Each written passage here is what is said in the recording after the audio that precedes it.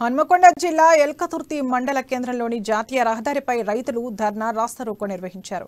గత 20 రోజులుగా కరెంటు సరఫరా నిలిచిపోవడంతో లక్షలు వెచ్చించి వేసిన పంట నీరు లేక ఎండిపోయి దుస్థితి ఏర్పడిందని ఆవేదన వ్యక్తం చేస్తున్నారు. ఇదే విషయంపై సంబంధిత అధికారులకు ఫిర్యాదు చేసినా పట్టించుకోవడం లేదని ఆవేదన వ్యక్తం చేస్తున్నారు. దేశంలోనే వ్యవసాయానికి 24 గంటల ఉచిత కరెంట్ అందిస్తున్న ఏకైక రాష్ట్రమని చెబుతున్న తెలంగాణ ప్రభుత్వం డిస్కంలో పేరిట ఛార్జీలు వసూలు చేస్తూ అన్నదాతను కష్టాల్లోకి నెట్టేస్తుందన్నారు. దీంతో అన్నదాతలు రోడ్డెక్కిన పరిస్థితి వచ్చిందని, ఇప్పటికైనా అధికారులు స్పందించి కరెంటు సరఫరా చేయాలని రైతులు డిమాండ్ చేస్తున్నారు. కృష్ణ గోపాల్పూర్ విలేజ్ ఎల్కతుర్తి మండలం హన్మకొండ జిల్లా గత 18 రోజుల నుండి ఇక్కడ కరెంటు కష్టాలను బాగా అనుభవిస్తూ మేము ఎంతో ఇబ్బందులకు లోనైతా ఉన్నాము. అధికారులకు ఎవరికి ఫోన్ చేసినా గానీ రెస్పాండ్ కావడం లేదు. మేము ఫోన్ చేసినా నడుస్తుంది అని చెప్తున్నారు. మేము బావిల దగ్గర ఉంటే కరెంట్ ఉండట్లేదు.